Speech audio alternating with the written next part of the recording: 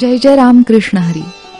सुजनहो, हरिपाठातल्या मागील काही अभंगात वर्णन केलेला भावबळाचाच मुद्दा माऊलींनी पुन्हा एकदा ज्या अभंगात विशद केलाय तो असा. तीर्थव्रत नेम भावे वीण सिद्धी, वायाची उपाधी करसी जना.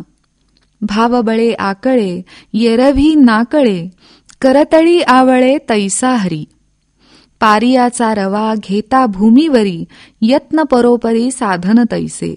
ज्ञानदेव म्हणे निवृत्ती निर्गुण, दिधले संपूर्ण माझ्या हाती.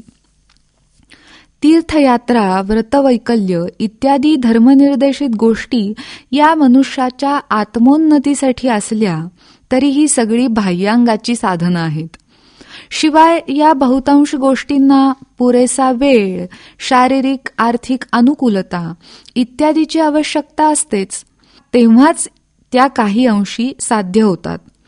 पण या सगळ्याच्या पाठीमागं प्रेमरसयुक्त भक्तिभावात्मक अंतःकरण नसेल तर या कर्मांना यांत्रिक कवायतीचं रूप येईल आणि नुसतेच कष्ट पदरी पडतील.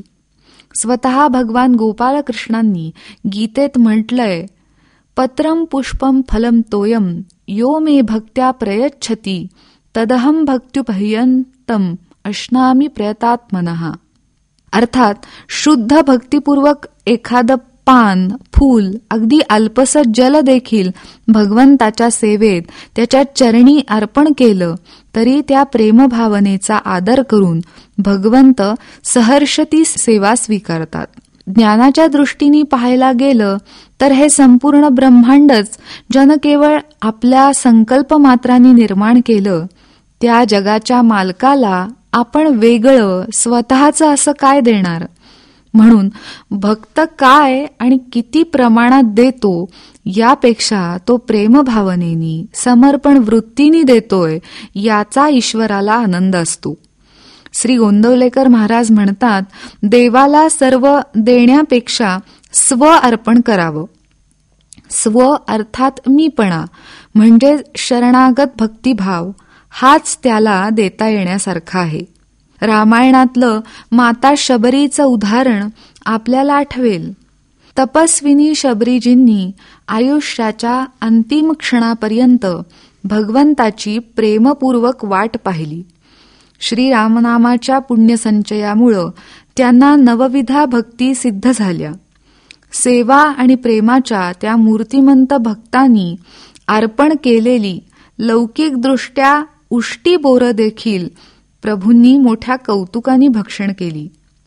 नाथ भागवतात महाराज म्हणतात, हो आवया माझे प्रद प्राप्त, त्यासी भांडवल गा भावार्थ, भाव बळे गा समस्त, पद निश्चित पावल्या.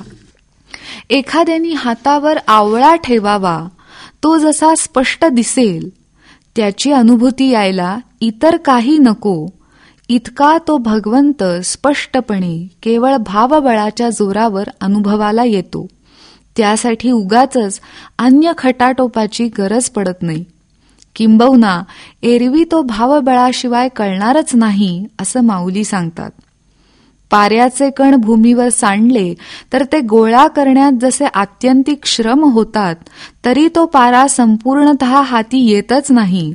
अगदी तसंच नामस्मरणाशिवाय इतर साधनांनी नुसते कष्ट होतात, शिवाय भगवत प्राप्ती होत नाही.